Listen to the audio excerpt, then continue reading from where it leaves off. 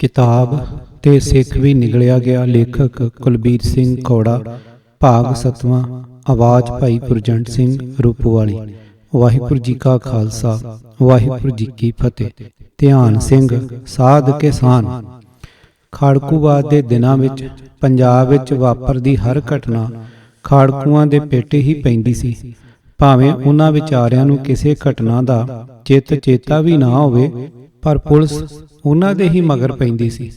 ਪੰਜਾਬ ਦੀਆਂ ਬਹੁਤ ਸਾਰੀਆਂ ਮਾੜੀਆਂ ਘਟਨਾਵਾਂ ਵਿੱਚ ਸਾਧਾਂ ਜਾਂ ਉਹਨਾਂ ਦੇ ਡੇਰਿਆਂ ਦਾ ਸਿੱਧਾ ਜਾਂ ਅਸਿੱਧਾ ਸੰਬੰਧ ਜ਼ਰੂਰ ਹੁੰਦਾ ਸੀ। ਦੁੱਧ ਮਲਾਈਆਂ ਤੇ ਹੋਰ ਪਦਾਰਥ ਖਾ ਕੇ ਸਾਧ ਮੋਟੇ ਦੁੰਬੇ ਬਣੇ ਪਏ ਸਨ। ਉਹਨਾਂ ਦੇ ਚੇਲੇ ਚਾਟੇ ਤੇ ਹੋਰ ਬਦਮਾਸ਼ ਜਿਹੇ ਲੋਕ ਡੇਰੇ ਦੇ ਲਾਗੇ ਦੇ ਪਿੰਡਾਂ ਦੀ ਭੋਲੀ ਭਾਲੀ ਜਨਤਾ ਦਾ ਲਹੂ ਪੀਂਦੇ ਸਨ ਤੇ ਧੀਆਂ ਭੈਣਾਂ ਦੀ ਇੱਜ਼ਤ ਵੀ ਮਹਿਫੂਜ਼ ਨਹੀਂ ਸੀ। ਇਸੇ ਤਰ੍ਹਾਂ ਦੀ ਇੱਕ ਘਟਨਾ ਦਾ ਜ਼ਿਕਰ ਮੈਂ ਇੱਥੇ ਕਰ ਰਿਹਾ। ਪਾਠਕ ਆਪ ਅੰਦਾਜ਼ਾ ਲਾਉਣ ਕਿ ਸਿੱਖ ਅਜੇ ਨਿਗਲੇ ਗਏ ਹਨ ਕਿ ਨਹੀਂ। ਜਲੰਧਰ ਤੋਂ ਅੰਮ੍ਰਿਤਸਰ ਜਾਂਦੀ ਜੀਟੀ ਰੋਡ ਤੇ ਇੱਕ ਮਸ਼ਹੂਰ ਕਸਬਾ ਕਰਤਾਰਪੁਰ ਹੈ। ਇਹ ਇਤਿਹਾਸਕ ਸ਼ਹਿਰ ਹੈ। 2 ਇਤਿਹਾਸਕ ਗੁਰਦੁਆਰੇ ਵੀ ਇੱਥੇ ਸਥਿਤ ਹਨ। ਸ਼੍ਰੋਮਣੀ ਕਮੇਟੀ ਦੇ ਮੈਂਬਰ ਸਰਦਾਰ ਸਤਨਾਮ ਸਿੰਘ ਦੀਆਂ ਕੋਸ਼ਿਸ਼ਾਂ ਨਾਲ ਸ਼੍ਰੋਮਣੀ ਕਮੇਟੀ ਨੇ 3 ਏਕੜ ਜ਼ਮੀਨ ਤੇ 9 ਲੱਖ ਰੁਪਇਆ ਨਗਦ ਕਸਬੇ ਕਰਤਾਰਪੁਰ ਵਿੱਚ ਬੱਚਿਆਂ ਦਾ ਸਕੂਲ ਬਣਾਉਣ ਲਈ ਮਨਜ਼ੂਰ ਕੀਤੇ ਸਨ। ਸ਼੍ਰੋਮਣੀ ਕਮੇਟੀ ਇਹੋ ਜਿਹੇ ਕੰਮ ਕਾਰ ਸੇਵਾ ਵਾਲੇ ਬਾਬਿਆਂ ਕੋਲੋਂ ਹੀ ਕਰਵਾਉਂਦੀ ਹੈ। ਇਸ ਲਈ ਬਾਬਾ ਉੱਤਮ ਸਿੰਘ ਖਡੂਰ ਸਾਹਿਬ ਵਾਲਿਆਂ ਨੂੰ ਇਹ ਕਾਰ ਸੇਵਾ ਸੌਂਪੀ ਗਈ। ਸਥਾਨਕ ਲੋਕਾਂ ਨੂੰ ਸਕੂਲ ਬਣਨ ਦਾ ਬੜਾ ਚਾਅ ਸੀ। ਇਸ ਕਰਕੇ ਨਾਲ ਲੱਗਦੇ ਸਾਰੇ ਪਿੰਡਾਂ ਨੇ ਹੁਮਾ ਕੇ ਕਾਰ ਸੇਵਾ ਵਿੱਚ ਭਾਗ ਲਿਆ। ਬਾਬਾ ਉੱਤਮ ਸਿੰਘ ਦਾ ਚੇਲਾ ਧਿਆਨ ਸਿੰਘ ਇੱਥੋਂ ਦੀ ਕਾਰ ਸੇਵਾ ਦਾ ਮੁਖੀ ਬਣਾ ਕੇ ਭੇਜਿਆ ਗਿਆ ਸੀ। ਸਭ ਤੋਂ ਪਹਿਲਾਂ ਤਾਂ ਮਿੱਟੀ ਆਦਿ ਭਰਤੀ ਪਾਈ ਗਈ। ਫਿਰ ਬਾਬੇ ਨੇ ਸਾਰੇ ਪੇਂਡੂਆਂ ਨੂੰ ਵਰਗਲਾਇਆ ਕਿ ਸਕੂਲ ਬਹੁਤ ਵੱਡਾ ਬਣਨਾ ਚਾਹੀਦਾ ਹੈ, ਪਰ ਪੈਸੇ ਥੋੜੇ ਹਨ। ਕਿਉਂ ਨਾ ਸੜਕਾਂ ਤੇ ਖਲੋਤੀਆਂ ਸੁੱਕੀਆਂ ਟਾਹਲੀਆਂ ਵੱਢ ਲਿਆ ਕਰੀਏ। ਲੱਕੜੀ ਮੁਫਤ ਦੀ ਹੋ ਜਾਵੇਗੀ ਤੇ ਇਹੋ ਪੈਸੇ ਆਪਾਂ ਹੋਰ ਕਿਤੇ ਖਰਚ ਲਵਾਂਗੇ। ਵਿਚਾਰੇ ਪਿੰਡਾਂ ਦੇ ਲੋਕਾਂ ਨੂੰ ਉਸ ਦੀ ਇਹ ਗੱਲ ਵੀ ਜੱਚ ਗਈ ਤੇ ਸੜਕਾਂ ਤੇ ਖਲੋਤੀਆਂ ਸਰਕਾਰੀ ਟਾਹਲੀਆਂ ਵੱਢਣ ਦਾ ਸਿਲਸਿਲਾ ਸ਼ੁਰੂ ਹੋ ਗਿਆ। ਇਹ ਗੱਲ ਕੋਈ 1984-85 ਦੀ ਹੈ। ਉਦੋਂ ਕੁਝ ਹਾਲਾਤ ਵੀ ਇਹੋ ਜਿਹੇ ਹੀ ਸਨ। ਮਹਿਕਮਾ ਜੰਗਲਾਤ ਵੀ ਚੁੱਪ ਰਿਹਾ ਤੇ ਕਈ ਟਰਾਲੀਆਂ ਮੋਟੀਆਂ ਟਾਹਲੀਆਂ ਤੇ ਸਫੈਦੀਆਂ ਨੇ ਵੱਢ ਕੇ ਲੈ ਆਂਦੀਆਂ ਗਈਆਂ। ਸਫੈਦੇ ਤਾਂ ਸਿੱਧੇ ਹੀ ਬਾਬਾ ਉੱਤਮ ਸਿੰਘ ਦੇ ਡੇਰੇ ਤੇ ਭੇਜੇ ਜਾਇਆ ਕਰਨ ਤੇ ਟਾਹਲੀਆਂ ਦੀ ਲੱਕੜ ਸੀਜ਼ਨ ਹੋਣ ਲਈ ਪੱਤੜ ਕਲਾਂ ਪਿੰਡ ਦੇ ਛੱਪੜ ਵਿੱਚ ਸੁੱਟ ਦਿਆ ਕਰਨ। ਲਾ ਕਿਸ਼ਨਗੜ੍ਹ ਤੱਕ ਤੇ ਉਧਰੋਂ ਭੁਲੱਥ ਤੱਕ ਕਈ ਟਾਹਲੀਆਂ ਵੱਢ ਕੇ ਲਿਆਂਦੀਆਂ ਗਈਆਂ। ਰਾਤ ਨੂੰ ਟਿੱਡੀ ਦਲ ਬਾਬਾ ਧਿਆਨ ਸਿੰਘ ਦੇ ਚੇਲੇ ਤੇ ਪੇਂਡੂ ਪਿਆ ਕਰਨ ਟਾਹਲੀ ਵੱਢ ਕੇ ਮੋਛੇ ਪਾ ਕੇ ਲੱਦ ਕੇ ਛੱਪੜ 'ਚ ਸੁੱਟ ਆਇਆ ਕਰਨ। ਬਾਅਦ ਵਿੱਚ ਕੁਝ ਲੱਕੜ ਸਕੂਲ ਤੇ ਲੱਗੀ, ਬਾਕੀ ਸਾਰੀ ਨੂੰ ਬਾਬਾ ਧਿਆਨ ਸਿੰਘ ਤੇ ਉਹਦੇ ਚੇਲੇ ਡਕਾਰ ਗਏ। ਜੇ ਕੋਈ ਪੁੱਛੇ ਬਾਬਾ ਜੀ ਇਹ ਟਾਹਲੀ ਕਿੱਥੇ ਲੈ ਚੱਲੇ ਹੋ, ਤਾਂ ਉਹ ਆਖਿਆ ਖਰੇ ਖਡੂਰ ਸਾਹਿਬ ਆਪਣਾ ਆਰਾਜੂ ਲੱਗਾ ਹੋਇਆ, ਉੱਥੋਂ ਚਰਾ ਕੇ ਲੈ ਆਵਾਂਗੇ, ਕਿਹੜਾ ਦੂਰ ਹੈ, ਐਵੇਂ ਇੱਥੇ ਚਰਾਈ ਦੇ ਪੈਸੇ ਭਰਾਂਗੇ, ਉਹਦਾ ਕੀ ਫਾਇਦਾ। ਇਸ ਤਰ੍ਹਾਂ ਕਰਕੇ ਸਾਰੀ ਲੱਕੜ ਖੁਰਦ-ਬੁਰਦ ਹੋ ਗਈ, ਪਰ ਪੇਂਡੂ ਸੰਗਤਾਂ ਪੂਰੇ ਉਤਸ਼ਾਹ ਨਾਲ ਕਾਰ ਸੇਵਾ ਲਈ ਡਟੀਆਂ ਰਹੀਆਂ। ਪਹਿਲਾਂ ਗੁਰਦੁਆਰਾ ਬਣਾਇਆ ਗਿਆ, ਕਿਉਂਕਿ ਇਹ ਬਾਬੇ ਬ੍ਰਾਹਮਣਾਂ ਵਾਂਗ ਹੀ ਆਉਣ ਵਾਲੀਆਂ ਪੁਸ਼ਤਾਂ ਦੀ ਆਮਦਨ ਦਾ ਪ੍ਰਬੰਧ ਬਾਕੀ ਸਭ ਕੰਮਾਂ ਨਾਲੋਂ ਪਹਿਲਾਂ ਕਰਦੇ ਹਨ। ਸਕੂਲ ਸਕਾਲ ਬਣਾਉਣੇ ਤਾਂ ਐਵੇਂ ਵਾਧੂ ਕੰਮਾਂ ਵਿੱਚ ਹੀ ਗਿਣਦੇ ਹਨ। ਜਿੱਥੇ ਡੇਰਾ ਬਣ ਜਾਵੇ ਉੱਥੇ ਆਲੇ ਦੁਆਲੇ ਦੇ ਪਿੰਡਾਂ ਤੋਂ ਦੁੱਧ ਵੀ ਜ਼ਰੂਰ ਇਕੱਠਾ ਕਰਦੇ ਹਨ। ਬਾਬੇ ਨੇ 1-2 ਘਰਾਂ ਦੀਆਂ ਜਨਾਨੀਆਂ ਨਾਲ ਸੰਬੰਧ ਪੈਦਾ ਕਰ ਲਏ ਤੇ ਉਹਨਾਂ ਨੂੰ ਦੁੱਧ ਮੱਖਣ ਤੇ ਪੈਸੇ ਦੇ ਦਿਆ ਕਰੇ। ਉਹ ਬਾਬੇ ਨੂੰ ਖੁਸ਼ ਕਰ ਦਿਆ ਕਰਨ। ਇੱਕ ਦਿਨ ਭਾਣਾ ਇਹ ਵਾਪਰਿਆ ਕਿ ਬਾਬੇ ਦੀ ਜਰਾਨੇਦਾਰ ਜਦੋਂ ਉਹਦੇ ਕਮਰੇ ਵਿੱਚ ਆਈ ਤਾਂ ਕੁਝ ਬੰਦਿਆਂ ਨੇ ਵੇਖ ਲਈ। ਪਿੰਡਾਂ ਤੇ ਕਸਬਿਆਂ ਦਾ ਇਹ ਰਿਵਾਜ ਹੈ ਕਿ ਇਹੋ ਜਿਹੇ ਕੰਮ ਵਿਰੁੱਧ ਸਵੇਰੇ ਪੰਚਾਇਤ ਜ਼ਰੂਰ ਸੱਦੀ ਜਾਂਦੀ। ਬਾਬੇ ਨੇ ਵੇਖ ਲੈਣ ਵਾਲਿਆਂ ਦੇ ਇੱਕ ਮੋਹਤਬਾਰ ਸਰਦਾਰ ਸਰੂਪ ਸਿੰਘ ਪਿੰਡ ਬਿਸਰਾਮਪੁਰ ਕੋਲ ਮਿੰਨਤਾਂ ਤਰਲਾ ਕੀਤਾ ਕਿ ਮੇਰੀ ਮਿੱਟੀ ਨਾ ਪੁੱਟੋ ਤੇ ਮੈਨੂੰ ਮੁਆਫੀ ਦੇ ਦਿਓ, ਮੈਂ ਤੁਹਾਡੀ ਗਾਂ ਬਣ ਕੇ ਰਹਾਂਗਾ। ਜੇ ਆਖੋਗੇ ਤਾਂ ਕਾਰ ਸੇਵਾ ਵੀ ਛੱਡ ਕੇ ਚਲਾ ਜਾਵਾਂਗਾ। ਉਧਰ ਕੁਝ ਦਿਨਾਂ ਤੋਂ ਪਿੰਡਾਂ ਵਿੱਚ ਇੱਕ ਹੋਰ ਮਸਲਾ ਬੜਾ ਭਖਿਆ ਪਿਆ ਸੀ। ਕਿਸੇ ਨੇ ਪੱਤਲ ਕਲਾਂ ਪਿੰਡ, ਜੋ ਦੁਆਬੇ ਦਾ ਬਹੁਤ ਵੱਡਾ ਪਿੰਡ ਹੈ, ਦੇ ਇੱਕ ਕਿਸਾਨ ਬਹਾਦਰ ਸਿੰਘ ਨੂੰ ਫਰੌਤੀ ਦੀ ਚਿੱਠੀ ਪਾ ਕੇ 50,000 ਰੁਪਏ ਦੀ ਮੰਗ ਕੀਤੀ ਹੋਈ ਸੀ ਤੇ ਧਮਕੀ ਵਜੋਂ ਉਹਦਾ ਸਾਰਾ ਪਰਿਵਾਰ ਮਾਰ ਦੇਣ ਦੀ ਗੱਲ ਲਿਖੀ ਹੋਈ ਸੀ। ਜੇ ਪੁਲਿਸ ਨੂੰ ਦੱਸਿਆ ਤਾਂ ਵੀ ਮਾੜੇ ਹਸ਼ਰ ਦੀ ਚੇਤਾਵਨੀ ਸੀ। ਬਹਾਦਰ ਸਿੰਘ ਦੇ ਘਰ ਦੇ ਨਾਲ ਹੀ 5-6 ਘਰ ਹਨ ਤੇ ਪਿੰਡੋਂ ਬਾਰ-ਬਾਰ ਇੱਕ ਸੱਲੋਵਾਲਾ ਨਾਂ ਦਾ ਛੋਟਾ ਜਿਹਾ ਗੁਰਦੁਆਰਾ ਹੈ, ਜੋ ਜਠੇਰਿਆਂ ਕਰਕੇ ਮਾਨਤਾ ਰੱਖਦਾ ਹੈ ਤੇ ਲੋਕ ਉੱਥੇ ਮੱਥਾ ਟੇਕਣ ਆਉਂਦੇ ਹਨ। ਬਹਾਦਰ ਸਿੰਘ ਵਿਚਾਰੇ ਨੇ ਕਦੇ 50,000 ਰੁਪਈਆ ਹੱਥ ਵਿੱਚ ਫੜ ਕੇ ਵੀ ਨਹੀਂ ਸੀ ਵੇਖਿਆ, ਦੇਣਾ ਕਿੱਥੋਂ ਸੀ। ਚਿੱਠੀ ਪੜ੍ਹਦੇ ਸਾਰ ਹੀ ਉਸ ਨੂੰ ਦਿਲ ਦਾ ਦੌਰਾ ਪੈ ਗਿਆ, ਪਰ ਡਾਕਟਰੀ ਸਹਾਇਤਾ ਵੇਲੇ ਸਿਰ ਮਿਲ ਜਾਣ ਕਰਕੇ ਉਹ ਬਚ ਗਿਆ। ਇਸ ਘਟਨਾ ਦੀ ਵੀ ਸਾਰੇ ਪਿੰਡਾਂ ਵਿੱਚ ਬਹੁਤ ਚਰਚਾ ਸੀ। ਉਧਰੋਂ ਧਿਆਨ ਸਿੰਘ ਦੀ ਬਦਕਾਰੀ ਵਾਲੀ ਗੱਲ ਚੱਲ ਪਈ। ਸਰੂਪ ਸਿੰਘ ਬਿਸਰਾਮਪੁਰ ਨੇ ਕਿਹਾ, ਤੇਰੀ ਪਹਿਲੀ ਗਲਤੀ ਹੈ, ਤੈਨੂੰ ਮੁਆਫੀ ਤਾਂ ਦਿੱਤੀ ਜਾ ਸਕਦੀ ਹੈ, ਪਰ ਇੱਕ ਤਾਂ ਲਿਖਤੀ ਮੁਆਫੀ ਮੰਗ ਕੇ ਤੇ ਇੱਕ ਕਾਰ ਸੇਵਾ ਛੱਡ ਕੇ ਇੱਥੋਂ ਦਫਾ ਹੋ ਜਾ। ਅਸਲ ਵਿੱਚ ਇਹ ਫੈਸਲਾ ਮੂੰਹੋਂ ਤਾਂ ਸਰੂਪ ਸਿੰਘ ਦੇ ਅਖਵਾਇਆ ਗਿਆ, ਵੈਸੇ ਇਹ ਫੈਸਲਾ ਸਾਰੇ ਹੀ ਲਾਗੇ ਦੇ ਪਿੰਡਾਂ ਦੇ ਮੋਹਤਬਰਾਂ ਦਾ ਸੀ। ਜਦੋਂ ਧਿਆਨ ਸਿੰਘ ਮੁਆਫੀਨਾਮਾ ਲਿਖਣ ਲੱਗਾ ਤਾਂ ਅਜੇ ਉਸਨੇ ਵਾਹਿਗੁਰੂ ਜੀ ਕਾ ਖਾਲਸਾ ਵਾਹਿਗੁਰੂ ਜੀ ਕੀ ਫਤਿਹ ਲਿਖੀ ਸੀ ਕਿ ਲਾਗੇ ਬੈਠੇ ਇੱਕ ਪੜ੍ਹੇ ਲਿਖੇ ਕਿਸਾਨ ਨੇ ਬੜੇ ਧਿਆਨ ਨਾਲ ਲਿਖਾਈ ਵੇਖੀ ਤੇ ਉਹ ਇਹ ਕਹਿ ਕੇ ਉੱਠ ਕੇ ਚਲਾ ਗਿਆ ਕਿ ਮੈਂ ਹੁਣੇ ਆਉਂਦਾ ਹਾਂ। ਉਹ ਸਕੂਟਰ ਤੇ ਜਾ ਕੇ ਬਹਾਦਰ ਸਿੰਘ ਵਾਲੀ ਫਰੌਤੀ ਦੀ ਚਿੱਠੀ ਲੈ ਆਇਆ ਤੇ ਲਿਆ ਕੇ ਸਰੂਪ ਸਿੰਘ ਦੇ ਹੱਥ ਫੜਾ ਦਿੱਤੀ। ਜਦੋਂ ਦੋਵੇਂ ਚਿੱਠੀਆਂ ਮੇਲ ਕੇ ਵੇਖੀਆਂ ਗਈਆਂ, ਉਹ ਵੀ ਧਿਆਨ ਸਿੰਘ ਦੇ ਹੱਥਾਂ ਦੀ ਹੀ ਲਿਖੀ ਹੋਈ ਸੀ। ਸਾਰੀ ਪੰਚਾਇਤ ਫਿਰ ਬਹਿ ਗਈ। ਜਦੋਂ ਉਹਨੂੰ ਚਿੱਠੀ ਬਾਰੇ ਪੁੱਛਿਆ ਗਿਆ ਤਾਂ ਹਿੰਦੀ ਦੀ ਕਹਾਵਤ ਵਾਂਗ ਕਾਟੋ ਤੋਂ ਕਤਰਾ ਖੂਨ ਕਾ ਨਾ ਥਾ ਵਾਲੀ ਗੱਲ ਸੀ। ਧਿਆਨ ਸਿੰਘ ਪੈਰਾਂ ਤੋਂ ਸਿਰ ਉਤਾਂਹ ਨਾ ਚੁੱਕੇ। ਸਰੂਪ ਸਿੰਘ ਨੇ ਪੁੱਛਿਆ, ਹੋਰ ਕਿੰਨਿਆਂ ਨੂੰ ਇਹ ਚਿੱਠੀਆਂ ਪਾਈਆਂ ਈ? ਉਹਨੇ ਕਿਹਾ, ਇੱਕ ਬਾਬੇ ਬਕਾਲੇ ਦੇ ਇੱਕ ਬੰਦੇ ਨੂੰ ਤੇ ਇੱਕ ਹਮੀਰੇ ਲਾਗੇ ਦਿਆਲਪੁਰ ਪਿੰਡ ਦੇ ਮੰਗੀ ਨਾਂ ਦੇ ਵਲੈਤੀਏ ਨੂੰ। ਕਈ ਆਖਣ ਪੁਲਿਸ ਨੂੰ ਫੜਾਈਏ, ਕਈ ਆਖਣ ਝੱਗਾ ਚੁੱਕਾਂਗੇ ਤਾਂ ਆਪਣਾ ਢਿੱਡ ਨੰਗਾ ਹੋ। ਗੱਲ ਅਕਾਲ ਤਖਤ ਤੇ ਲੈ ਚਲੋ। ਬਾਬੇ ਉੱਤਮ ਸਿੰਘ ਨੂੰ ਵੀ ਉੱਥੇ ਬੁਲਾਇਆ ਗਿਆ, ਪਰ ਉਹ ਤਾਂ ਮੰਨਿਆ ਪਰਮੰਨਿਆ ਰਹਿ ਚੁੱਕਾ ਕਬਜ਼ੇਬਾਜ਼ ਤੇ ਪੁਲਿਸ ਤੇ ਸਰਕਾਰ ਦਾ ਟਾਊਟ ਸੀ। ਉਧਰ ਮਝੈਲਾਂ ਨੂੰ ਉਦੋਂ ਇਹ ਬੜਾ ਭੁਲੇਖਾ ਹੁੰਦਾ ਸੀ ਭਈ ਦੁਆਬੀਏ ਐਵੇਂ ਡਰਪੋਕ ਜੇ ਹੁੰਦੇ ਹਨ।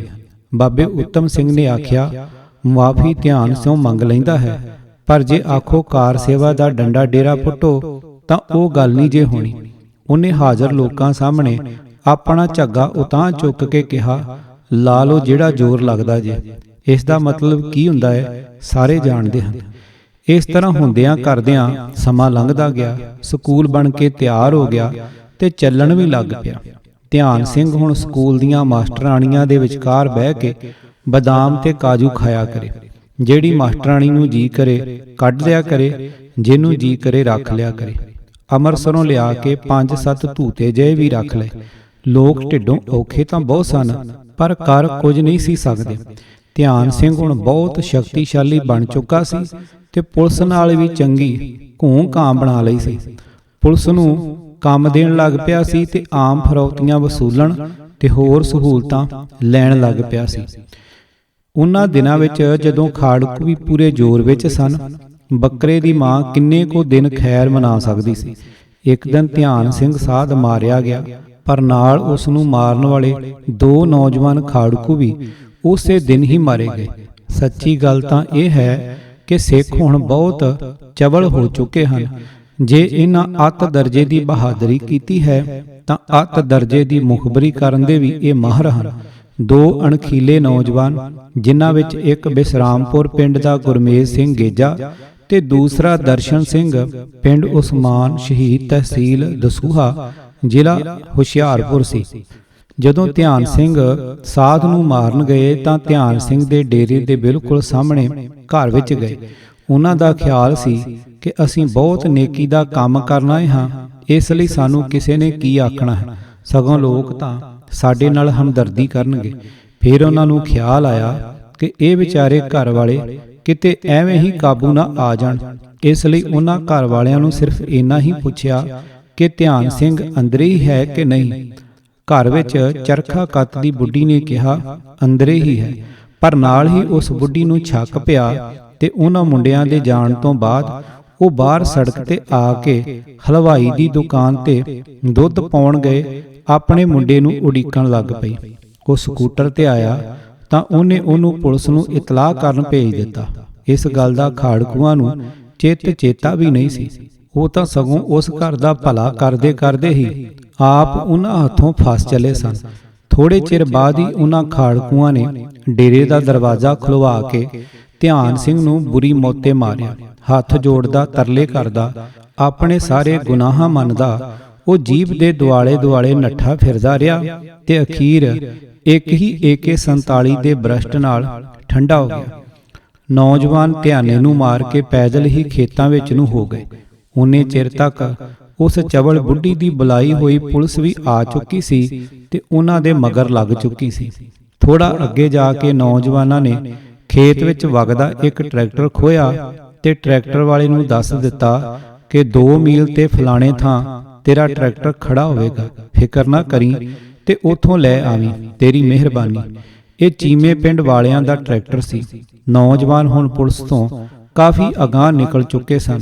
ਜਦੋਂ ਮਗਰ ਲੱਗੀ ਪੁਲਿਸ ਉਸ ਥਾਂ ਨੇੜੇ ਆਈ ਜਿੱਥੋਂ ਉਹਨਾਂ ਖਾੜਕੂਆਂ ਨੇ ਟਰੈਕਟਰ ਖੋਇਆ ਸੀ ਤਾਂ ਉਸ ਟਰੈਕਟਰ ਵਾਲੇ ਨੇ ਬਾਹਾਂ ਮਾਰ-ਮਾਰ ਕੇ ਰੋਕ ਕੇ ਪੁਲਿਸ ਨੂੰ ਦੱਸਿਆ ਕਿ ਖਾੜਕੂ ਆਉ ਜਾਂਦੇ ਹਨ ਤੇ ਮੇਰਾ ਟਰੈਕਟਰ ਉਹਨਾਂ ਦੇ ਥੱਲੇ ਹੈ। ਜੇ ਉਹ ਨਾ ਦੱਸਦਾ ਤਾਂ ਪੁਲਿਸ ਨੂੰ ਕੋਈ ਪਤਾ ਨਹੀਂ ਸੀ ਕਿ ਟਰੈਕਟਰ ਤੇ ਕੌਣ ਜਾ ਰਿਹਾ ਹੈ ਤੇ ਹਾਦਸੇ ਨਾਲ ਸੰਬੰਧਿਤ ਖਾੜਕੂ ਕਿੱਥੇ ਚਲੇ ਗਏ ਹਨ। ਮੁਕਾਬਲਾ ਹੋ ਗਿਆ। ਪੁਲਿਸ ਦੇ ਕਟਕ ਚੜੇ ਪਏ ਸਨ ਤੇ ਉਹ ਵਿਚਾਰੇ ਦੋ, ਨਾਲੇ ਬਹੁਤ ਘੱਟ ਅਸਲੇ ਨਾਲ ਕਿੰਨਾ ਕੁ ਚਿਰ ਲੜ ਸਕਦੇ ਸਨ। ਦੋਵੇਂ ਮਾਰੇ ਗਏ, ਪਰ ਬਾਅਦ ਵਿੱਚ ਉਹਨਾਂ ਦੇ ਸਾਥੀ ਖਾੜਕੂਆਂ ਨੇ ਪੁਲਿਸ ਲਿਆਉਣ ਵਾਲੇ ਮੁੰਡੇ ਤੇ ਚੀਮਿਆਂ ਦਾ ਸਾਰਾ ਪਰਿਵਾਰ ਵੀ ਉਸੇ ਰਾਹ ਹੀ ਤੋਰ ਦਿੱਤਾ ਜਿੱਧਰ ਉਹਨਾਂ ਦੇ ਸਾਥੀ ਗਏ ਸਨ। ਕਈ ਭੋਲੂ ਸਿੱਖ ਬਿਨਾਂ ਸੋਚੇ ਸਮਝੇ ਕਹਿ ਦਿੰਦੇ ਹਨ ਖਾੜਕੂ ਐਵੇਂ ਭੋਲੇ ਭਾਲੇ ਲੋਕਾਂ ਨੂੰ ਮਾਰ ਦਿੰਦੇ ਸਨ। ਹੁਣ ਅੰਦਾਜ਼ਾ ਲਾਓ ਕਿ ਜਿਨ੍ਹਾਂ ਨੂੰ ਖਾੜਕੂਆਂ ਨੇ ਮਾਰਿਆ ਉਹ ਕਿੰਨੇ ਕੁ ਭੋਲੇ ਸਨ। ਸਾਧ ਧਿਆਨ ਸਿੰਘ ਤੇ ਦੋਹਾਂ ਮੁੰਡਿਆਂ ਗੁਰਮੇਜ ਸਿੰਘ ਗੇਜਾ ਤੇ ਦਰਸ਼ਨ ਸਿੰਘ ਦੀਆਂ ਲਾਸ਼ਾਂ ਨੂੰ ਇਕੱਠਿਆਂ ਹੀ ਜਲੰਧਰ ਸਿਵਲ ਹਸਪਤਾਲ ਲਿਆ ਕੇ ਪੋਸਟਮਾਰਟਮ ਕਰਵਾਇਆ ਗਿਆ। ਮੇਰੇ ਕੋਲ ਸਰਦਾਰ ਸਰੂਪ ਸਿੰਘ ਜੋ ਉਦੋਂ ਸ਼੍ਰੋਮਣੀ ਅਕਾਲੀ ਦਲ ਕਰਤਾਰਪੁਰ ਦੇ ਸਰਕਲ ਜਥੇਦਾਰ ਤੇ ਜ਼ਿਲ੍ਹਾ ਕਪੂਰਥਲ ਦੇ ਜ਼ਿਲ੍ਹਾ ਪ੍ਰਧਾਨ ਜਗੀਰ ਸਿੰਘ ਵਡਾਲਾ ਆਏ ਤੇ ਸਾਰੀ ਗੱਲ ਦੱਸੀ। ਉਸੇ ਵੇਲੇ ਅਸੀਂ ਜਲੰਧਰ ਸਿਵਲ ਹਸਪਤਾਲ ਗਏ। ਸਾਡੇ ਜਾਂਦਿਆਂ ਨੂੰ ਪੋਸਟਮਾਰਟਮ ਹੋ ਚੁੱਕੇ ਸਨ ਤੇ ਇੱਕ ਸਵਰਾਜ ਮਾਝਦਾ ਤੇ ਧਿਆਨ ਸਿੰਘ ਦੀ ਲਾਸ਼ ਤੇ ਦੂਸਰੀ ਸਵਰਾਜ ਮਾਝਦਾ ਜੋ ਪੁਲਿਸ ਦੀ ਸੀ ਵਿੱਚ ਦੋਹਾਂ ਨੌਜਵਾਨ ਖਾੜਕੂਆਂ ਦੀਆਂ ਲਾਸ਼ਾਂ ਰੱਖੀਆਂ ਹੋਈਆਂ ਸਨ। ਸਿਵਲ ਹਸਪਤਾਲ ਵਿੱਚ ਪੁਲਿਸ ਹੀ ਪੁਲਿਸ ਸੀ ਤੇ ਬੇਬਹਾ ਪੁਲਿਸ ਤੇ ਪੁਲਿਸ ਅਫਸਰ ਮੁਰਦਾ ਘਰ ਵਾਲੀ ਗਰਾਊਂਡ ਵਿੱਚ ਖੜੇ ਸਨ। ਮੇਰੀ ਨਜ਼ਰ SPD ਜੋ ਜਲੰਧਰ ਪੁਲਿਸ ਨਾਲ ਸੰਬੰਧਿਤ ਸਨ ਤੇ ਪਈ। ਅਸਲ ਵਿੱਚ ਇਹ ਸਾਰਾ ਕੁਝ ਉਹਨਾਂ ਦੀ ਦੇਖ ਰੇਖ ਹੇਠ ਹੀ ਹੋ ਰਿਹਾ ਸੀ। ਜ਼ਿਲ੍ਹਾ ਪ੍ਰਧਾਨ ਹੋਣ ਦੇ ਨਾਤੇ ਮੈਨੂੰ ਬੇਦੀ ਸਾਹਿਬ ਨੂੰ ਇੱਕ ਦਿਨ ਵਿੱਚ 1-2 ਵਾਰ ਤਾਂ ਮਿਲਣਾ ਹੀ ਪੈਂਦਾ ਸੀ, ਕਿਉਂਕਿ ਸ਼੍ਰੋਮਣੀ ਅਕਾਲੀ ਦਲ ਜਿਸ ਦੇ ਪ੍ਰਧਾਨ ਸਰਦਾਰ ਸਿਮਰਜੀਤ ਸਿੰਘ ਜੀ ਮਾਨ ਸਨ ਹੀ ਇੱਕੋ ਮਾਨਤਾ ਪ੍ਰਾਪਤ ਅਕਾਲੀ ਦਲ ਸੀ। ਸੁਰਜੀਤ ਸਿੰਘ ਬਰਨਾਲੇ ਤੇ ਪ੍ਰਕਾਸ਼ ਸਿੰਘ ਬਾਦਲ ਵਾਲੇ ਅਕਾਲੀ ਦਲ ਦੀ ਉਦੋਂ ਕੋਈ ਹੋਂਦ ਨਹੀਂ ਸੀ। ਉਹਨਾਂ ਦਿਨਾਂ ਵਿੱਚ ਹੀ ਬਾਦਲ ਸਾਹਿਬ ਨੇ ਬਿਆਨ ਦਿੱਤਾ ਸੀ ਕਿ ਮੈਂ ਨੰਗੇ ਪੈਰੀ ਮਾਨ ਦਲ ਵਿੱਚ ਆਉਣ ਲਈ ਤਿਆਰ ਹਾਂ। ਬਰਨਾਲੇ ਵਾਲੇ ਦਲ ਦੇ ਅਹੁਦੇਦਾਰ ਜਾਂ ਤਾਂ ਸਾਡੇ ਵਾਲੇ ਦਲ ਵਿੱਚ ਰਲ ਚੁੱਕੇ ਸਨ ਤੇ ਉਹਨਾਂ ਵਿੱਚੋਂ ਬਹੁਤੇ ਹੇਠਲੇ ਅਹੁਦਿਆਂ ਤੇ ਕੰਮ ਕਰ ਰਹੇ ਸਨ ਜਿੱਥੇ ਉਹਨਾਂ ਦੀ ਕੋਈ ਖਾਸ ਇੱਜ਼ਤ ਨਹੀਂ ਸੀ ਤੇ ਜਾਂ ਖਾੜਕੂਆਂ ਕੋਲੋਂ ਆਪਣੀ ਜਾਨ ਬਚਾਉਂਦੇ ਫਿਰਦੇ ਸਨ। ਇਸ ਗੱਲ ਦਾ ਹਿਸਾਬ ਤਾਂ ਇੱਥੋਂ ਹੀ ਲਾਇਆ ਜਾ ਸਕਦਾ ਹੈ ਕਿ ਸਰਦਾਰ ਜਤਿੰਦਰ ਸਿੰਘ ਕਰੀਹਾਂ ਜੋ ਨਵਾਂ ਸ਼ਹਿਰ ਹਲਕੇ ਤੋਂ MLA ਸਨ ਤੇ ਸਰਦਾਰ ਸਤਨਾਮ ਸਿੰਘ ਮੈਂਬਰ ਸ਼੍ਰੋਮਣੀ ਕਮੇਟੀ ਮੇਰੇ ਸਹਾਇਕ ਦੇ ਤੌਰ ਤੇ ਜ਼ਿਲ੍ਹੇ ਦੇ ਮੀਤ ਪ੍ਰਧਾਨ ਸਨ। ਹਾਲਾਤ ਉਦੋਂ ਇਹ ਸਨ ਕਿ ਪੁਲਿਸ ਦੇ ਜ਼ੁਲਮ ਤੋਂ ਡਰਦੇ ਲੋਕ ਕਿਸੇ ਵੱਡੇ ਤੋਂ ਵੱਡਾ ਭਾਣਾ ਵਾਪਰ ਜਾਣ ਤੇ ਵੀ ਇਕੱਠੇ ਨਹੀਂ ਸਨ ਹੁੰਦੇ ਤੇ ਅਕਾਲੀ ਦਲ ਨਾਲ ਸੰਬੰਧਿਤ ਪਾਰਟੀ ਦੇ ਬੰਦਿਆਂ ਨੂੰ ਬੁਲਾਉਣ ਲਈ ਵੀ ਸਮਾਂ ਬਹੁਤ ਥੋੜਾ ਸੀ। ਸਿਰਫ ਅਸੀਂ 9 ਜਾਣੇ ਹੀ ਉੱਥੇ ਇਕੱਠੇ ਹੋ ਸਕੇ। ਸਿਵਲ ਹਸਪਤਾਲ ਵਿੱਚ ਬਥੇਰੇ ਸਿੱਖ ਤੁਰੇ ਫਿਰਦੇ ਸਨ ਪਰ ਸਾਡੇ ਜਾਣ ਤੇ ਉਹ ਵੀ ਸਗੋਂ ਆਸੇ-ਪਾਸੇ ਹੋ ਗਏ। ਲੋਕ ਸਮਝਦੇ ਸਨ ਕਿ ਹੁਣ ਨੀਲੀਆਂ ਪੱਗਾਂ ਵਾਲਿਆਂ ਦੇ ਆਉਣ ਤੇ ਇੱਥੇ ਗੋਲੀ ਚੱਲੀ ਕਿ ਚੱਲੀ। ਪੁਲਿਸ ਦਾ ਡੰਗ ਉਦੋਂ ਬਹੁਤ ਤੇਜ਼ ਸੀ ਤੇ ਜੇ ਕਿਤੇ ਉਹ ਇਹੋ ਜਿਹੀ ਛੋਟੀ-ਮੋਟੀ ਮਾਰ ਲੈਣ ਤਾਂ ਸ਼ੇਰ ਹੋ ਜਾਂਦੇ ਸਨ। ਪਰ ਖਾੜਕੂਆਂ ਤੋਂ ਡਰਦੇ ਮਾਰੇ ਹੀ ਅਕਾਲੀ ਦਲ ਮਾਨ ਦੇ ਆਗੂਆਂ ਦਾ ਵਿੱਚ ਕਹਿਣਾ ਵੀ ਮੰਨ ਲੈਂਦੇ ਸਨ, ਕਿਉਂਕਿ 1999 ਦੀਆਂ ਚੋਣਾਂ ਵਿੱਚ ਪੰਜਾਬ ਦੇ 13 ਵਿੱਚੋਂ 11 ਮੈਂਬਰ ਪਾਰਲੀਮੈਂਟ ਸਾਡੀ ਪਾਰਟੀ ਨਾਲ ਹੀ ਸੰਬੰਧਿਤ ਸਨ। ਇਹ ਵੱਖਰੀ ਗੱਲ ਹੈ ਕਿ ਉਹ ਰੋਸ ਵਜੋਂ ਪਾਰਲੀਮੈਂਟ ਵਿੱਚ ਨਹੀਂ ਸਨ ਗਏ। ਬਾਦਲ ਅਕਾਲੀ ਦਲ ਤੇ ਬਰਨਾਲਾ ਅਕਾਲੀ ਦਲ ਦੇ ਕਿਸੇ ਵੀ ਉਮੀਦਵਾਰ ਦੀ ਪੰਜਾਬ ਵਿੱਚ ਕਿਤੇ ਵੀ ਜ਼ਮਾਨਤ ਨਹੀਂ ਸੀ ਬਚੀ। ਪੁਲਿਸ ਨੂੰ ਇਹ ਵੀ ਪਤਾ ਸੀ ਕਿ ਜੇ ਪੰਜਾਬ ਅਸੈਂਬਲੀ ਦੀ ਚੋਣ ਹੋਈ ਤਾਂ ਅਕਾਲੀ ਦਲ ਮਾਨ ਹੀ ਜਿੱਤੇਗਾ। ਇਸ ਕਰਕੇ ਭਾਵੇਂ ਪੁਲਿਸ ਖਾੜਕੂਆਂ ਨਾਲ ਡਹਿ ਕੇ ਲੜਾਈ ਲੜ ਰਹੀ ਸੀ, ਪਰ ਆਪਣੇ ਭਵਿੱਖ ਤੋਂ ਸਾਡੇ ਵੱਲੋਂ ਚਿੰਤਤ ਵੀ ਸੀ, ਕਿਉਂਕਿ ਸਾਡੀ ਪਾਰਟੀ ਹਰ ਤਰ੍ਹਾਂ ਨਾਲ ਖਾੜਕੂਆਂ ਦੀ ਪਿੱਠ ਤੇ ਸੀ ਤੇ ਸਾਡੀ ਪਾਰਟੀ ਨੇ ਖੁੱਲ੍ਹ-ਖੁੱਲ੍ਹਾ ਐਲਾਨ ਕੀਤਾ ਹੋਇਆ ਸੀ ਕਿ ਸਾਡੀ ਸਰਕਾਰ ਆਉਣ ਤੇ ਦੋਸ਼ੀ ਪੁਲਿਸ ਵਾਲਿਆਂ ਨੂੰ ਬਖਸ਼ਿਆ ਨਹੀਂ ਜਾਵੇਗਾ, ਜਦੋਂ ਕਿ ਕਾਨੂੰਨ ਤੇ ਕਾਇਦੇ ਵਿੱਚ ਰਹਿ ਕੇ ਪੁਲਿਸ ਦੀ ਡਿਊਟੀ ਨਿਭਾਉਣ ਵਾਲਿਆਂ ਨੂੰ ਸਰਕਾਰ ਸਨਮਾਨਿਤ ਕਰੇਗੀ। ਖਾੜਕੂਆਂ ਨੂੰ ਵੀ ਸਾਡੀ ਪਾਰਟੀ ਬਹੁਤ ਝਿੜਕਦੀ ਸੀ ਕਿ ਜੇ ਕਿਸੇ ਨੇ ਕਿਸੇ ਬਦੋਸ਼ੇ ਨੂੰ ਨੁਕਸਾਨ ਪਹੁੰਚਾਇਆ ਤਾਂ ਸਾਡੀ ਸਰਕਾਰ ਉਹਨਾਂ ਨੂੰ ਵੀ ਅਦਾਲਤਾਂ ਵਿੱਚੋਂ ਸਜ਼ਾ ਦਿਵਾਏਗੀ। ਪਰ ਸਿੱਧੀ ਲੜਾਈ ਵਿੱਚ ਪੁਲਿਸ ਵਾਲੇ ਖਾੜਕੂਆਂ ਦੇ ਹਮਲਿਆਂ ਤੋਂ ਵੀ ਬੌਂਦਲੇ ਹੋਏ ਸਨ। ਖਾੜਕੂ ਬਿਲਕੁਲ ਪੁਲਿਸ ਨਾਲ ਪੰਗਾ ਲੈ ਕੇ ਰਾਜੀ ਨਹੀਂ ਸਨ, ਪਰ ਕਈ ਥਾਵਾਂ ਤੇ ਕਈ ਪੁਲਿਸ ਅਫਸਰ ਸਾਰੇ ਕਾਨੂੰਨ ਛਿੱਕੇ ਟੰਗ ਕੇ ਤੇ ਕੇਂਦਰ ਸਰਕਾਰ ਦੇ ਭੂਏ ਚੜਾਏ ਹੋਏ ਸਿੱਖ ਨੌਜਵਾਨਾਂ ਦੇ ਲਹੂ ਦੇ ਧਿਆਏ ਹੋਏ ਪਏ ਸਨ ਤੇ ਘਰੇ ਬੈਠੇ ਬੇਦੋਸ਼ੀਆਂ ਤੇ ਵੀ ਅੰਨਾ ਜ਼ੁਲਮ ਕਰਦੇ ਸਨ। ਇੱਥੋਂ ਤੱਕ ਕਿ ਥਾਣੇ ਫੜ ਕੇ ਲਿਆਂਦੀਆਂ ਬੇਦੋਸ਼ੀਆਂ ਸਿੱਖ ਬੀਬੀਆਂ ਨਾਲ ਵੀ ਦੁਰਵਿਹਾਰ ਤੇ ਬਲਾਤਕਾਰ ਤੱਕ ਕਰਦੇ ਸਨ। ਇਸੇ ਲਈ ਹੀ ਇਦਾਂ ਦੇ ਕਈ ਪੁਲਿਸ ਅਫਸਰ ਖਾੜਕੂਆਂ ਹੱਥੋਂ ਮਾਰੇ ਵੀ ਗਏ ਸਨ। ਐਸਪੀ ਬੇਦੀ ਨੂੰ ਮੈਂ ਕਿਹਾ, ਇਹਨਾਂ ਦੋਹਾਂ ਮੁੰਡਿਆਂ ਦੇ ਮਾਤਾ-ਪਿਤਾ ਇਹਨਾਂ ਦੇ ਮ੍ਰਿਤਕ ਸਰੀਰ ਲੈਣ ਆਏ ਹੋਏ ਹਨ। ਜੇ ਪੋਸਟਮਾਰਟਮ ਤੇ ਪੁਲਿਸ ਦੀ ਕਾਰਵਾਈ ਪੂਰੀ ਹੋ ਗਈ ਹੈ ਤਾਂ ਲਾਸ਼ਾਂ ਇਹਨਾਂ ਨੂੰ ਦੇ ਦਿੱਤੀਆਂ ਜਾਣ, ਤਾਂ ਕਿ ਇਹ ਹਨੇਰਾ ਹੋਣ ਤੋਂ ਪਹਿਲਾਂ ਅੰਤਮ ਸੰਸਕਾਰ ਕਰ ਲੈਣ।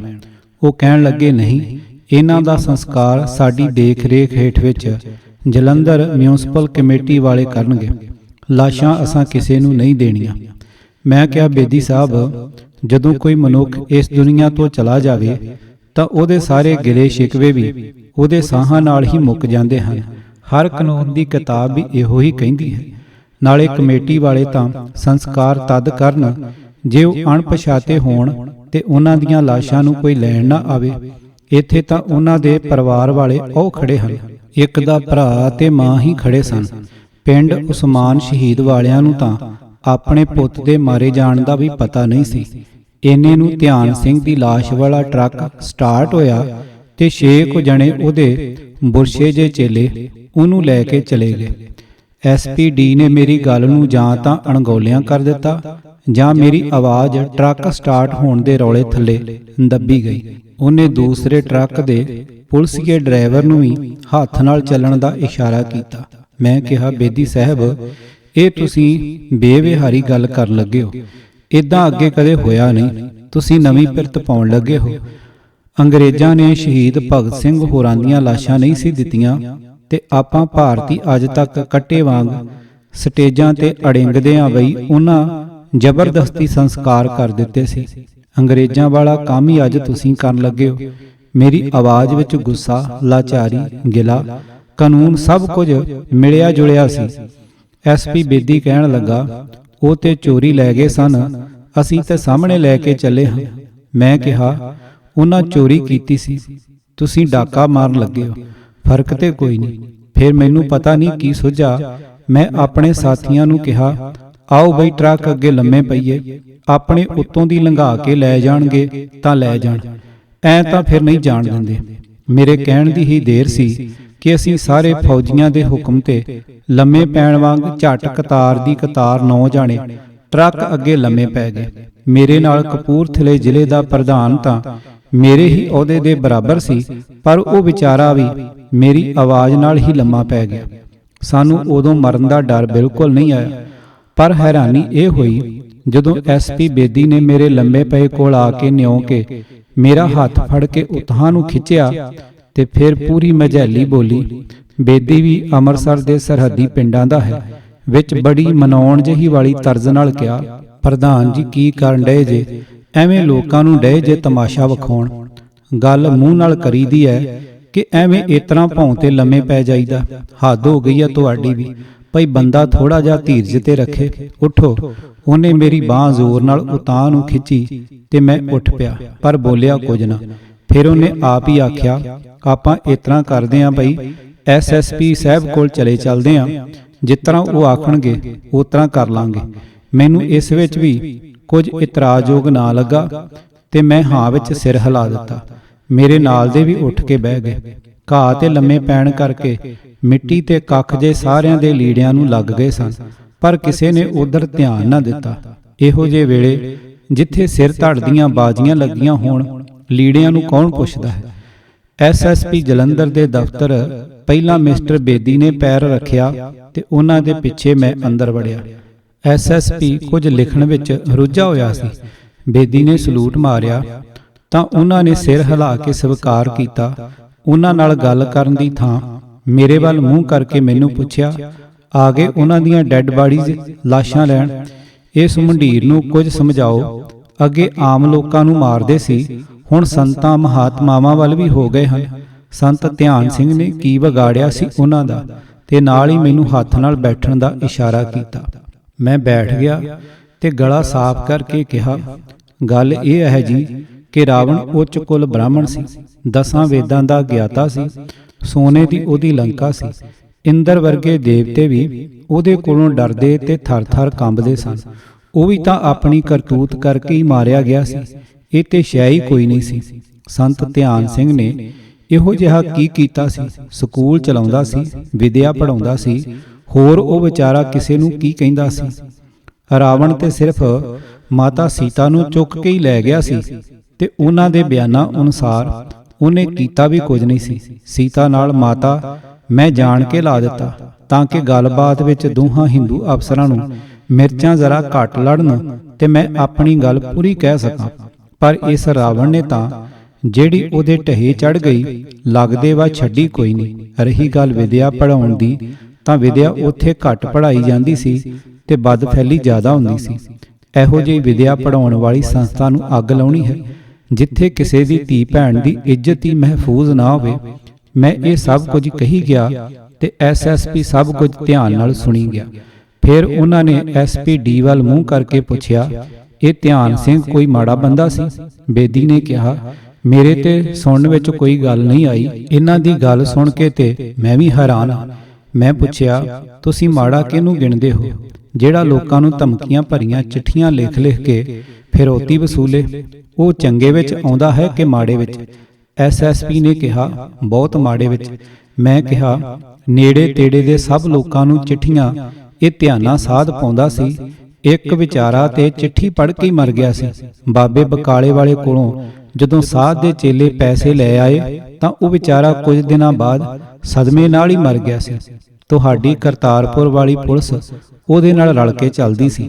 ਇਹ ਝੂਠੀ ਸੱਚੀ ਮੁਖਬਰੀ ਕਰਦਾ ਸੀ ਤੇ ਨਾਲੇ ਫਿਰੌਤੀ ਲੈਂਦਾ ਸੀ, ਨਾਲੇ ਪੁਲਿਸ ਕੋਲੋਂ ਦਬਕਾ ਮਰਵਾ ਦਿੰਦਾ ਸੀ। ਬਦਫੈਲੀ ਕਰਦਾ 20 ਪਿੰਡਾਂ ਦੀ ਪੰਚਾਇਤ ਨੇ ਸਿਰੋਂ ਫੜਿਆ ਸੀ। ਦੋਵੇਂ ਅਫਸਰ ਬੜੇ ਹੈਰਾਨ ਹੋਏ। ਹੋ ਸਕਦਾ ਹੈ ਜਾਣ ਬੁੱਝ ਕੇ ਹੈਰਾਨ ਹੋਣ ਦੀ ਐਕਟਿੰਗ ਕਰਦੇ ਹੋਣ, ਪਰ ਐਸਐਸਪੀ ਨੇ ਮੈਨੂੰ ਪੁੱਛਿਆ, ਸਕੂਲ ਵਿੱਚ ਉਹ ਬਦਮਾਸ਼ੀ ਕਿਵੇਂ ਕਰ ਸਕਦਾ ਸੀ? ਮੈਂ ਕਿਹਾ, ਐਸਐਸਪੀ ਸਾਹਿਬ, ਤੁਸੀਂ ਜਲੰਧਰ ਦੀ ਪੁਲਿਸ ਦੇ ਮੁਖੀ ਹੋ ਤੇ ਮੈਂ ਇੱਕ ਵੱਡੀ ਸਿਆਸੀ ਪਾਰਟੀ ਦਾ ਮੁਖੀ ਹਾਂ। ਜਾਂ ਤੁਸੀਂ ਬੈਠੋ ਮੇਰੀ ਗੱਡੀ ਵਿੱਚ ਤੇ ਜਾਂ ਮੈਂ ਬਹਿਣਾ ਤੁਹਾਡੀ ਗੱਡੀ ਵਿੱਚ। ਆਪਾਂ ਚੱਲਦੇ ਹਾਂ ਧਿਆਨੇ ਵਾਲੇ ਸਕੂਲ ਵਿੱਚ। ਰਜਿਸਟਰ ਵਿੱਚ ਕੁਝ ਕੁੜੀਆਂ ਮਾਸਟਰਾਣੀਆਂ ਤਾਂ ਨੌਕਰੀ ਮਿਲਣ ਤੋਂ 5-6 ਦਿਨੀ ਹੀ ਨੌਕਰੀ ਛੱਡ ਗਈਆਂ। ਕਈਆਂ ਨੇ ਕੁਝ ਮਹੀਨੇ ਕੱਢੇ ਤੇ ਕਈ ਅਜੇ ਤੱਕ ਟਿਕੀਆਂ ਆਉਂਦੀਆਂ ਹਨ। ਉਹਨਾਂ ਸਾਰੀਆਂ ਨੂੰ ਇਕੱਲੀ ਨੂੰ ਪੁੱਛਿਓ, ਭਈ ਬੀਬਾ ਨੌਕਰੀ ਤੇ ਅੱਜ ਕੱਲ ਕਿਤੇ ਮਿਲਦੀ ਹੀ ਨਹੀਂ ਤੇ ਤੂੰ ਗੁੱਡੀ 6 ਦਿਨ ਹੀ ਆਪਣੀ ਨੌਕਰੀ ਕਿਉਂ ਛੱਡ ਆਈ ਹੈ? ਉਹ ਰੋ ਰੋ ਕੇ ਤੁਹਾਨੂੰ ਦੱਸੂਗੀ, ਭਈ ਜਿਹੜਾ ਕੰਮ ਇਹ ਧਿਆਨਾ ਮੈਨੂੰ ਆਂਦਾ ਸੀ ਉਹ ਮੈਨੂੰ ਮਨਜ਼ੂਰ ਨਹੀਂ ਸੀ, ਇਸ ਲਈ ਆਪਣੀ ਇੱਜ਼ਤ ਬਚਾਉਣ ਲਈ ਮੈਂ ਘਰ ਬਹਿ ਗਈ ਹਾਂ। ਕੁਝ ਮਹੀਨਿਆਂ ਵਾਲੀ ਦੱਸੂ ਵੀ ਮੈਂ ਔਖੀ ਸੌਖੀ ਹੋ ਕੇ ਨੱਪ ਘੁੱਟ ਕੇ ਜਿੰਨਾ ਕੋ ਚਿਰ ਕਲੰਕਿਤ ਹੋਏ ਤੋਂ ਬਗੈਰ ਕੱਢ ਸਕੀ ਕੱਢਿਆ ਤੇ ਹੁਣ ਪਾਣੀ ਸਿਰ ਤੋਂ ਟੱਪ ਗਿਆ ਸੀ। ਇਸ ਲਈ ਮੈਂ ਨੌਕਰੀ ਛੱਡ ਦਿੱਤੀ। ਕੀ ਕਰਦੀ ਹੋ? ਤੀਜੀ ਤਰ੍ਹਾਂ ਦੀਆਂ ਵਿੱਚ ਦੋ ਤਰ੍ਹਾਂ ਦੀਆਂ ਕੁੜੀਆਂ ਹੋਣਗੀਆਂ। ਇੱਕ ਤੇ ਉਹ ਜਿਹੜੀਆਂ ਬਹੁਤ ਮਜਬੂਰ ਹਨ, ਪਤੀ ਬਿਮਾਰ ਹੈ, 4 ਬੱਚੇ ਹਨ, ਨੌਕਰੀ ਛੱਡਿਆਂ ਗੁਜ਼ਾਰਾ ਨਹੀਂ, ਵਿਚਾਰੀਆਂ ਮਰਦੀਆਂ ਅੱਖ ਚੱਬੀ ਜਾਂਦੀਆਂ ਹਨ। ਦੂਸਰੀਆਂ ਉਹ ਜਿਹੜੀਆਂ ਗਸ਼ਤੀਆਂ ਬਣ ਕੇ ਉਹਦੇ ਨਾਲ ਰਲ ਚੁੱਕੀਆਂ ਹਨ, ਸਗੋਂ ਉਹਦੇ ਇਸ਼ਾਰੇ ਤੇ ਚੱਲ ਕੇ ਹੋਰ ਵੀ ਕਈਆਂ ਨੂੰ ਖਰਾਬ ਕਰਦੀਆਂ ਹਨ। ਮੈਨੂੰ ਇੱਕ ਹੋਰ ਗੱਲ ਯਾਦ ਆਈ। ਮੈਂ ਕਿਹਾ, ਤੁਸਾਂ ਅੱਜ ਤੱਕ ਕੋਈ ਐਸਾ ਸਕੂਲ ਵੇਖਿਆ ਹੈ ਜਿਹੜਾ ਹੋਵੇ ਤਾਂ ਮੁੰਡਿਆਂ ਦਾ, ਪਰ ਮਾਸਟਰ ਉੱਥੇ ਇੱਕ ਵੀ ਨਾ ਹੋਵੇ, ਤੇ ਪੀਟੀ ਮਾਸਟਰ ਵੀ ਇੱਕ ਮਾਸਟਰ ਨਹੀਂ ਹੋਵੇ। ਆਪਣੀ ਤਰ੍ਹਾਂ ਦਾ ਇਹ ਪਹਿਲਾ ਸਕੂਲ ਸੀ ਜਿਸ ਵਿੱਚ ਸਾਰੀਆਂ ਮਾਸਟਰਾਣੀਆਂ ਸਨ ਤੇ ਮਾਸਟਰ ਉੱਥੇ ਇੱਕ ਵੀ ਨਹੀਂ ਸੀ। ਕੁੜੀਆਂ ਦੇ ਸਕੂਲ ਵਿੱਚ ਵੀ ਇੱਕ ਅੱਧਾ ਸਾਇੰਸ ਜਾਂ ਹਿਸਾਬ ਆਦਿ ਦਾ ਮਾਸਟਰ ਹੁੰਦਾ ਹੀ ਹੈ, ਪਰ ਇੱਥੇ ਜਾਂ ਤਾਂ ਮਾਸਟਰਾਣੀਆਂ ਸਨ ਤੇ ਜਾਂ ਇਹ ਸਾਧ ਸੀ। ਮੇਰੀਆਂ ਗੱਲਾਂ ਨੂੰ ਸੁਣ ਕੇ ਐਸਐਸਪੀ ਨੇ ਕਿਹਾ, ਬੇਦੀ ਸਾਹਿਬ, ਕੌੜਾ ਸਾਹਿਬ ਤਾਂ ਬੜੀਆਂ ਅਜੀਬ ਗੱਲਾਂ ਦੱਸ ਰਹੇ ਨੇ ਜਿਹੜੀਆਂ ਸਾਨੂੰ ਪਤਾ ਹੀ ਨਹੀਂ ਸੀ। ਬੇਦੀ ਸਾਹਿਬ ਤਾਂ ਚੁੱਪ ਰਹੇ। ਮੈਂ ਕਿਹਾ, ਜੀ ਉਹਦਾ ਇੱਕ ਭਰਾ ਵੀ ਪੁਲਿਸ ਵਿੱਚ ਥਾਣੇਦਾਰ ਹੈ। ਉਥੋਂ ਦੀ ਲੋਕਲ ਪੁਲਿਸ ਤਾਂ ਉਹਦੀ ਹਰ ਤਰ੍ਹਾਂ ਨਾਲ ਭਾਈਵਾਲ ਹੈ। ਜੇ ਭਾਈਵਾਲ ਨਾ ਹੁੰਦੀ ਤਾਂ ਜਦੋਂ ਫਰੌਤੀ ਦਾ ਏਡਾ ਰੌਲਾ ਪਿਆ ਸੀ ਤੇ ਕਈ ਪਿੰਡਾਂ ਦੀਆਂ ਪੰਚਾਇਤਾਂ ਤੇ ਮੋਹਤਬਰ ਬਾਬਾ ਉੱਤਮ ਸਿੰਘ ਕੋਲ ਵੀ ਗਏ ਸਨ, ਤਾਂ ਕਰਤਾਰਪੁਰ ਦੀ ਪੁਲਿਸ ਨੂੰ ਪਤਾ ਕਿਉਂ ਨਾ ਲੱਗਾ? ਇਹ ਮੁੰਡੇ ਤਾਂ ਦੋਵੇਂ ਹੀਰੇ ਨਿਕਲੇ ਜਿਨ੍ਹਾਂ ਇਸ ਭੂਤਰੇ ਸਾਧ ਨੂੰ ਮਾਰ ਕੇ ਲੋਕਾਂ ਨੂੰ ਰਾਹਤ ਦਵਾਈ ਹੈ। ਨਹੀਂ ਤੇ ਪਤਾ ਨਹੀਂ ਕਿੰਨੀਆਂ ਕੁਸੀਤਾ ਵਿਚਾਰੀਆਂ ਨੂੰ ਇਹ ਰਾਵਣ ਖਰਾਬ ਕਰਦਾ। ਐਸਐਸਪੀ ਸਾਹਿਬ ਨੇ ਬੇਦੀ ਨੂੰ ਕਿਹਾ, ਦੇ ਦਿਓ ਇਹਨਾਂ ਨੂੰ ਲਾਸ਼ਾਂ। ਫਿਰ ਮੈਨੂੰ ਕਹਿਣ ਲੱਗੇ, ਜਲਸੇ ਜਲੂਸ ਨਾ ਕੱਢਿਓ, ਜਾਂਦੇ ਹੀ ਸੰਸਕਾਰ ਕਰ ਦਿਓ। ਮੈਂ ਕਿਹਾ, ਐਸਐਸਪੀ ਸਾਹਿਬ, ਅਸੀਂ ਏਡੇ ਚਵਲ ਨਹੀਂ ਜਿਹੜੇ ਮੁਰਦਿਆਂ ਦਾ ਜਲੂਸ ਕੱਢਦੇ ਫਿਰਾਂਗੇ। ਅਸਾਂ ਕਦੇ ਸ਼ਹੀਦਾਂ ਦੇ ਜਲੂਸ ਨਹੀਂ ਕੱਢੇ। ਇਹੋ ਜਿਹੇ ਵੇਲੇ ਅਕਾਲ ਪੁਰਖ ਦਾ ਭਾਣਾ ਮੰਨਦੇ ਹਾਂ। ਇਸ ਗੱਲ ਤੋਂ ਤੁਸੀਂ ਬੇਫਿਕਰ ਰਹੋ। ਸਗੋਂ ਮੈਂ ਤਾਂ ਤੁਹਾਨੂੰ ਇਹ ਵੀ ਕਹਾਂਗਾ, ਚਲੋ ਜੀਂਦੇ ਜੀ ਤੇ ਪੁਲਿਸ ਇਹਨਾਂ ਸੂਰਮਿਆਂ ਨੂੰ ਸਨਮਾਨਿਤ ਨਹੀਂ ਕਰ ਸਕੀ। ਹੁਣ ਮਰਨ ਉਪਰੰਤ ਹੀ ਇਹਨਾਂ ਨੂੰ ਪੁਲਿਸ ਦੀ ਟੁਕੜੀ ਕੋਲੋਂ ਸਲਾਮੀ ਦਵਾ ਦਿਓ, ਤਾਂ ਕਿ ਲੋਕਾਂ ਨੂੰ ਪਤਾ ਲੱਗੇ ਭਈ ਕਰਤਾਰਪੁਰ ਵਿੱਚ ਅੱਜ ਇੱਕ ਹੋਰ ਰਾਵਣ ਮਾਰਿਆ ਗਿਆ ਹੈ। ਗੱਲ ਕਰਕੇ ਮੈਂ ਖਲੋਤਾ ਰਿਹਾ ਤੇ ਐਸਐਸਪੀ ਸਾਹਿਬ ਸੋਚ ਵਿੱਚ ਡੁੱਬੇ ਰਹੇ। ਫਿਰ ਉਹਨਾਂ ਇੱਕਦਮ ਕਿਹਾ, ਬੇਦੀ ਸਾਹਿਬ, ਲੈ ਜਾਓ ਇਹਨਾਂ ਨੂੰ ਤੇ ਲਾਸ਼ਾਂ ਦਿਓ। ਫਿਰ ਥੋੜਾ ਜਿਹਾ ਮੁਸਕਰਾ ਕੇ ਬੋਲੇ, ਮੈਨੂੰ ਗੱਲਾਂ ਵਿੱਚ ਹੀ ਜਜ਼ਬਾਤੀ ਕਰ ਦੇਣ ਲੱਗੇ ਸੀ। ਮੈਂ ਕਿਹਾ, ਜੀ ਚਲੋ, ਗੋਲੀਆਂ ਦੇ ਪੈਸੇ ਅਸੀਂ ਦੇ ਦੇਵਾਂਗੇ ਅਕਾਲੀ ਦਲ ਵੱਲੋਂ। ਤੁਹਾਡੇ ਇਸ ਫੈਸਲੇ ਨਾਲ ਪੂਰਾ ਇਲਾਕਾ ਕਰਤਾਰਪੁਰ ਤੁਹਾਡੀ ਪ੍ਰਸ਼ੰਸਾ ਕਰੇਗਾ। ਇਹ ਗੱਲ ਉਹਨਾਂ ਦਿਨਾਂ ਵਿੱਚ ਪੁਲਿਸ ਦੇ ਮੰਨਣਯੋਗ ਹੋ ਹੀ ਨਹੀਂ ਸਕਦੀ ਸੀ ਤੇ ਨਾ ਹੀ ਹੋਈ। ਹਸਪਤਾਲ ਆ ਕੇ ਮੈਂ ਆਪਣੇ ਸਾਥੀਆਂ ਨੂੰ ਕਿਹਾ, ਕੋਈ ਗੱਡੀ ਮੰਗਵਾ ਕੇ ਇਹਨਾਂ ਹੀਰਿਆਂ ਦੇ ਸਰੀਰ ਇਹਨਾਂ ਦੇ ਪਿੰਡਾਂ ਵਿੱਚ ਪਹੁੰਚਾ ਦਿਓ। ਜਥੇਦਾਰ ਸਰੂਪ ਸਿੰਘ ਬਿਸਰਾਮਪੁਰ ਰੈੱਡ ਕਰਾਸ ਦੀ ਗੱਡੀ ਮੰਗਵਾਉਣ ਲੱਗੇ ਤਾਂ ਐਸਪੀ ਬੇਦੀ ਨੇ ਕਿਹਾ, ਸਾਡੀ ਗੱਡੀ ਹੀ ਲੈ ਜਾਓ ਜਿਹਦੇ ਵਿੱਚ ਇਹ ਲਾਸ਼ਾਂ ਪਈਆਂ ਹਨ। ਠੰਡ ਠੰਡੌਲਾ ਵੇਖ ਕੇ ਬਹੁਤ ਸਾਰੇ ਹੋਰ ਲੋਕ, ਖਾਸ ਕਰ ਸਿੱਖ ਵੀ ਗੱਡੀ ਕੋਲ ਆ ਚੁੱਕੇ ਸਨ। ਮੈਂ ਕਿਹਾ, ਬੇਦੀ ਸਾਹਿਬ, ਇਹ ਕੌਮ ਦੇ ਹੀਰੇ ਹਨ, ਕੌਮ ਦੀ ਅਣਖ ਲਈ ਤੇ ਨੇਕ ਕੰਮ ਲਈ ਸ਼ਹੀਦ ਹੋਏ ਹਨ। ਇਹਨਾਂ ਨੂੰ ਅਸੀਂ ਆਪਣੀਆਂ ਗੱਡੀਆਂ ਦਾ ਪ੍ਰਬੰਧ ਕਰਕੇ ਭੇਜਾਂਗੇ। ਅਸੀਂ ਘਿਓ ਦੇ 2 ਪੀਪੇ ਸੰਸਕਾਰ ਕਰਨ ਲਈ ਮੰਗਵਾਏ ਤੇ ਸਾਡੇ ਬੰਦੇ ਜਾ ਕੇ ਨਵੀਆਂ ਨਕੋਰ ਚਾਦਰਾਂ ਲਾਸ਼ਾਂ ਉੱਤੇ ਪਾਉਣ ਲਈ ਲਿਆਏ ਤੇ ਸੈਂਟ ਦੀਆਂ 2 ਸ਼ੀਸ਼ੀਆਂ ਲਿਆ ਕੇ ਉੱਪਰ ਛਿੜਕ ਕੇ ਲਾਸ਼ਾਂ ਉਹਨਾਂ ਦੇ ਪਿੰਡ ਭੇਜੀਆਂ ਗਈਆਂ। ਕਿਉਂਕਿ ਗਰਮੀਆਂ ਦੇ ਦਿਨ ਹੋਣ ਕਰਕੇ ਲਾਸ਼ਾਂ ਕੁਝ ਖਰਾਬ ਹੋ ਗਈਆਂ ਸਨ। ਜਿੱਥੇ ਉਹਨਾਂ ਦੇ ਸੰਸਕਾਰ ਕੀਤੇ ਗਏ, ਇਸ ਸੰਤ ਦਾ ਇਖਲਾਕ ਵੀ ਪੜ੍ਹਨ ਵਾਲੇ ਧਿਆਨ ਵਿੱਚ ਰੱਖਣ। ਇਹ ਤਾਂ ਸਿਰਫ ਇੱਕ ਸੰਤ ਦੀ ਗੱਲ ਹੈ, ਪਰ 100 ਵਿੱਚੋਂ 90% ਸੰਤ ਇਸੇ ਤਰ੍ਹਾਂ ਦੇ ਹੀ ਹਨ। ਕਿਤਾਬ ਤੇ ਸਿੱਖ ਵੀ ਨਿਕਲਿਆ ਗਿਆ। ਲੇਖਕ ਕੁਲਬੀਰ ਸਿੰਘ ਕੌੜਾ, ਭਾਗ 7ਵਾਂ, ਆਵਾਜ਼ ਭਾਈ ਗੁਰਜੰਟ ਸਿੰਘ ਰੂਪੋਵਾਲੀ। ਪੂਰੀ ਕਿਤਾਬ ਸੁਣਨ ਲਈ YouTube channel Gurjant Singh Rupowali subscribe ਕਰੋ। ਵਾਹਿਗੁਰੂ ਜੀ ਕਾ ਖਾਲਸਾ, ਵਾਹਿਗੁਰੂ ਜੀ ਕੀ ਫਤਿਹ।